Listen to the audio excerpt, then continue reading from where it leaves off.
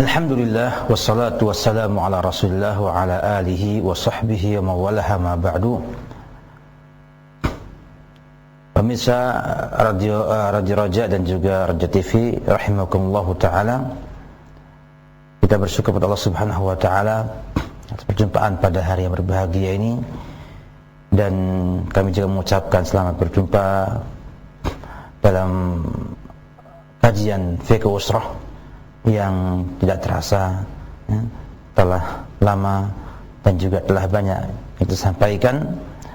Pada hari yang berbahagia ini insyaallah ta'ala kita coba untuk menyampaikan hukum-hukum seputar akikah yang banyak ditanyakan oleh para pemirsa dan juga para pendengar Radio Raja, dan tampaknya perlu kita sampaikan karena menyangkut hak-hak anak terhadap orang tuanya, dan merupakan lanjutan daripada pembahasan kita pekan yang lalu tentang bagaimana Islam memperhatikan hak-hak anak.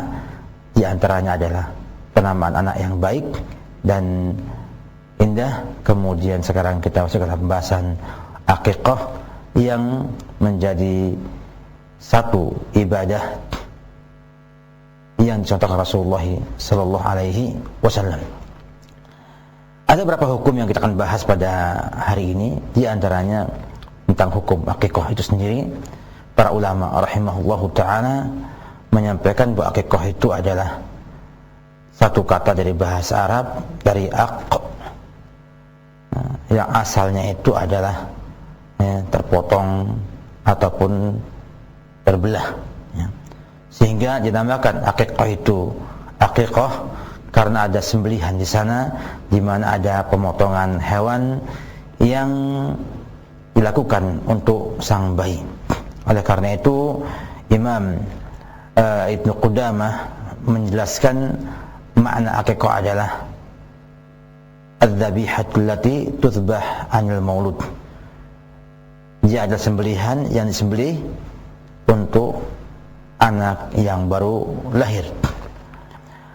Para ulama rahimahullahu ta'ala bersenang pendapat dalam masalah hukum akikah dalam 5 pendapat, dan yang rajih insyaallah ta'ala kita coba ringkasnya, mengambil yang rajih, artinya yang kuat daripada pendapat para ulama yang ada, bahwa yang rajih dalam hukum akikah adalah sunnah hukumnya, sebagaimana pendapatnya jumhur ulama, Imam Syafi'i dan madhab Syafi'iyah, bukan juga madhab Malikiyah, dan juga yang masyhur dari madhab Hanabilah.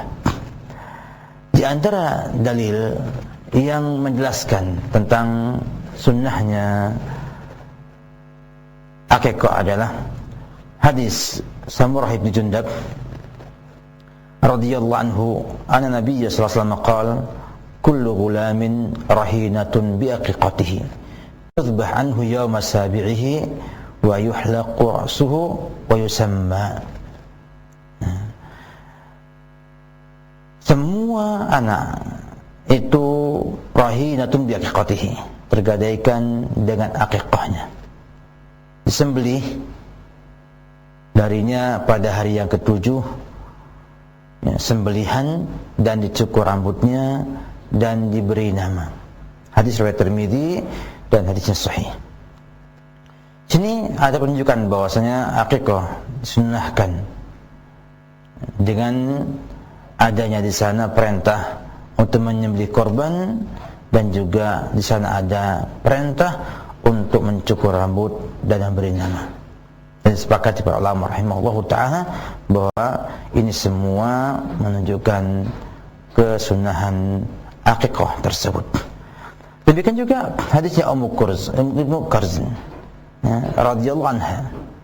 Dia berkata, ataitu Nabiy sallallahu alaihi wasallam bil Hudaybiyah as'aluhu an luhumil haji fasami'tuhu yaqul 'ala al-ghulami syatan wa 'ala al-jariyati syatun la yadrukum dhukrana kunna am inatha.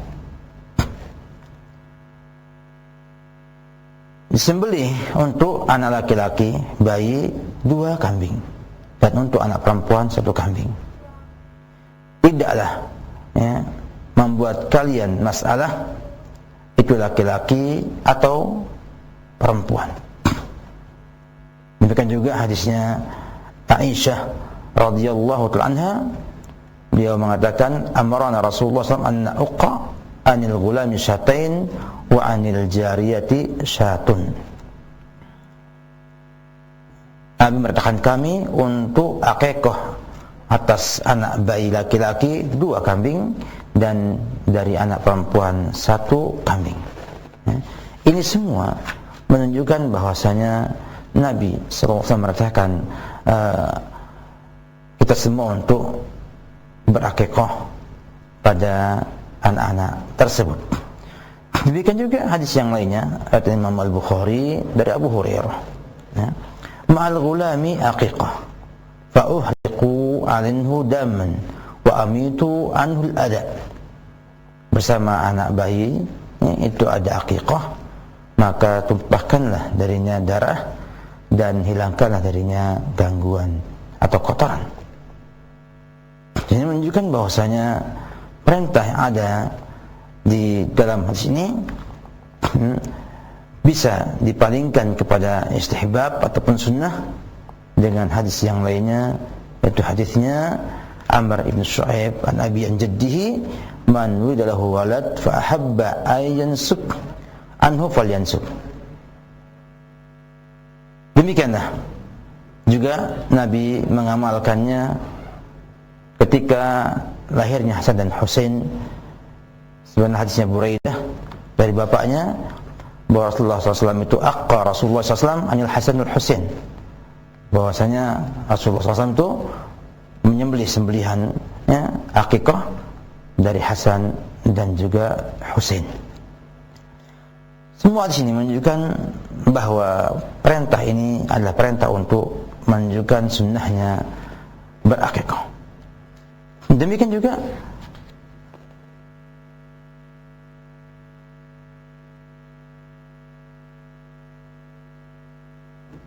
hukum yang lainnya berkenaan dengan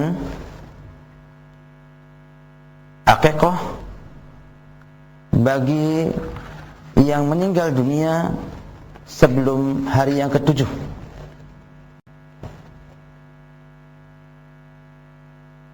Karena terkadang sang bayi itu di hari yang pertama meninggal dunia, atau mungkin di hari yang kedua, yang ketiga, atau yang keempat. Sehingga para ulama pun membahas hal ini. Kata mereka, apabila seorang bayi meninggal sebelum hari ke-7, maka mereka berbeda pendapat dalam 2 pendapat. Yang pertama mengatakan tidak diakikahi, ini pendapatnya mazhab Malikiyah dan sebagian Syafi'iyah. Dan yang kedua disunahkan untuk diakikahi. Ini pendapatnya mazhab Syafi'iyah ya, yang masyhur. Yang rajih wallahu a'lam bishawab dalam hal ini bahwasanya tidak diakikahi dengan hukum sunnah tadi, karena waktu sunnahnya akikah pada hari yang ke-7, dan ketika sang bayi itu belum mencapai usia 7 hari, maka tidak ada akikah darinya. Namun apabila diakikahi pun tidak mengapa. Tidak mengapa, karena masuknya waktu akikah dengan kelahirannya. Inilah pendapat yang rajih wallahu ta'ala alam bissawab. Kemudian juga bagaimana bila ia meninggal di hari yang ke-7? Di hari yang ke-7 dan belum sempat disembelih. Demikian juga para ulama berbeda pendapat dalam 2 pendapat sebagaimana yang disampaikan. Yang pertama mengatakan disunnahkan. Dan ini kaulnya Malikiyah dan juga pendapat yang terbaik dalam mazhab Syafi'iyah. Dan yang kedua mengatakan tidaklah diakikahi, tidak sunnah, dalam artian boleh saja tapi tidak apa sunnah ya, mazhabnya Malikiyah ya, dan juga sebagai pendapat ulama Syafi'iyah. Dalam hal ini yang rajih wallahu a'lam adalah dia disunnahkan karena ia telah masuk pada hari yang ke-7, hari di mana disunnahkan di sana adanya akikah. Sehingga ketidakmampuan ataupun kemampuan seorang orang tuanya untuk menyembelih pada waktu sebelum ia meninggal dunia tidaklah kemudian menghapus atau menghilangkan perintah untuk menyembelih sembelihan akikah di hari yang tersebut. Sebagai contoh mungkin hari dalam Islam dibangun atau dimulai dengan waktu maghrib sampai waktu maghrib kembali. Nah, ketika Isya misalnya sang bayi meninggal dunia hari yang ke-7 itu, dan biasanya sembelihnya di hari 7 pagi, maka kita katakan masih tersunahkan untuk akikah karena sang bayi telah masuk pada hari yang ke-7, hari di mana Nabi mengatakan tudbah yauma sabihi, sembelih pada hari yang ke-7. Demikian juga di sini ada masalah lagi, apa hikmahnya? Apa hikmah daripada akikah ini? Para ulama rahimahullah ta'ala menyampaikan beberapa hikmah. Yang pertama disampaikan dalam kitab Mughnil Muhtaj dalam mazhab Syafi'iyah, bahwa dia adalah wasilah li nasri nasabil maulud, sarana untuk memberitahu orang lain tentang nasabnya sang bayi tersebut dengan cara memberi makan dan menghadiahkannya dan sedekah dengan daging tersebut.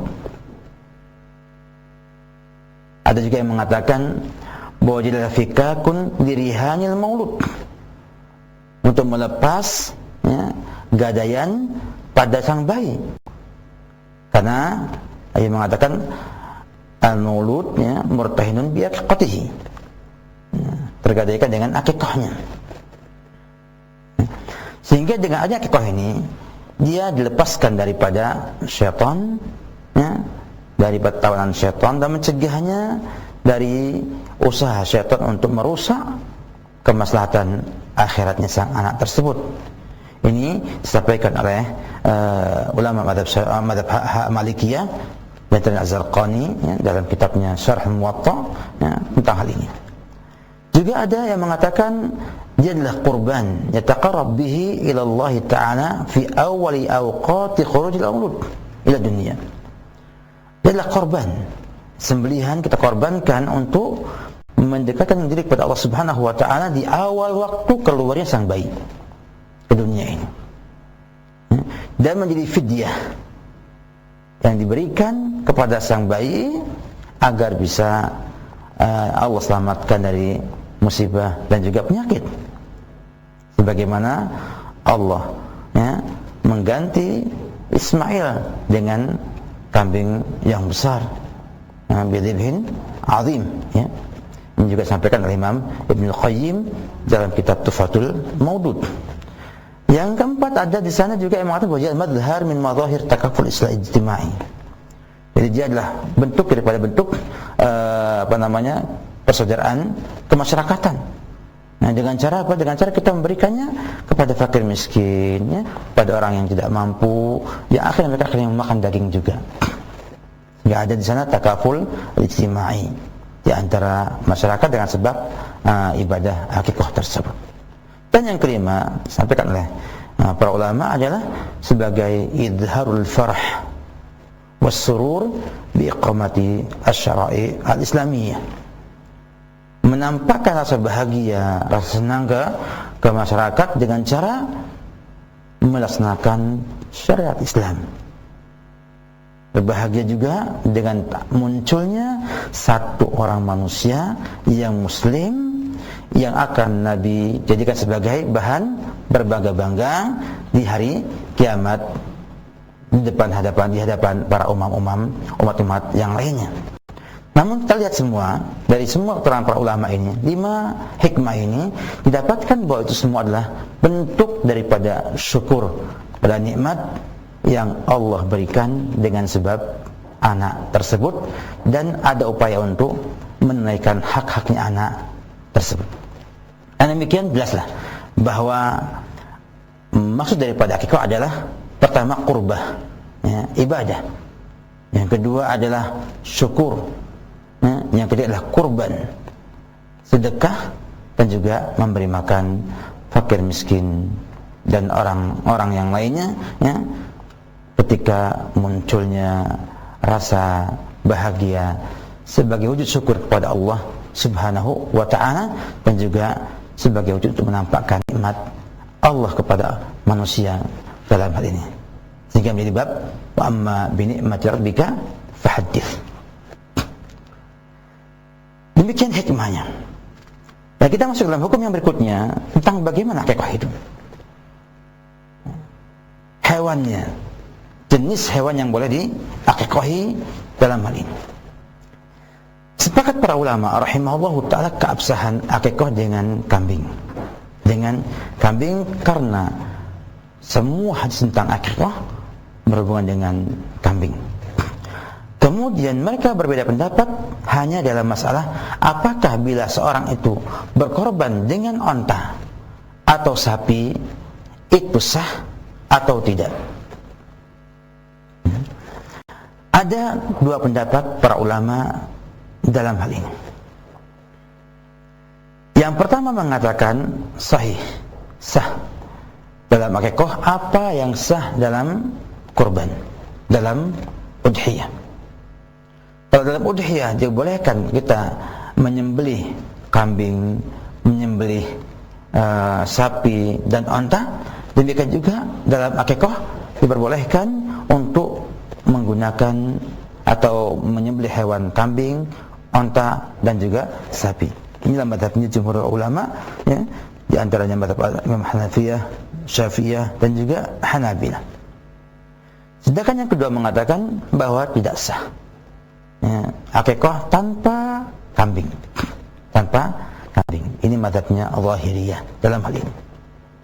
Semua memiliki dalil yang kuat, ya, yang banyak, namun ya, yang rajih wal bisawab, ya, adalah bolehnya, ya, menggunakan kambing, onta ataupun sapi. Ini adalah pendapat Imam Ibnu Qayyim rahimahullahu ta'ala yang menyamakan bahwa semua yang sah pada korban sah untuk akikah juga. Hanya masalahnya adalah ketika seorang itu ingin akikah dengan cara tasyrik, artinya 1/7 sapi. Saya kebetulan, ya, punya anak menjelang Idul Adha, kemudian pas hari kecil Idul Adha, sehingga berniat untuk menyembelih akikah dengan 1/7 sapi. 7 sapi. Ya. Para ulama rahimahullah mengatakan bahwa, ya, yang rajih tidak sah. Yang rajih tidak sah untuk berserikat satu sapi untuk 7 orang. Ya. Baik semuanya akikah semua ataupun sebagiannya korban, sebagiannya akikah. Sebab tujuan daripada akikah adalah menumpahkan darah untuk sang bayi tersebut, sehingga seandainya, ya, seorang itu menyembelih sapi, ya, cuman 1/7 sapi, maka darahnya untuk 7 orang dalam hal ini, sehingga tidaklah sah, kecuali kalau ia menyembelih 1 sapi untuk akikahnya, untuk akikahnya. Wallahu alam bissawab. Demikian juga yang lainnya, mana lebih utama, menggunakan sapi, kambing ataupun unta? Yang rajih adalah menggunakan kambing. Nah, sebab Rasulullah SAW dalam banyak hadisnya menyampaikan bahwa kambinglah yang menjadi standar akikah dalam hal ini, ya. Kemudian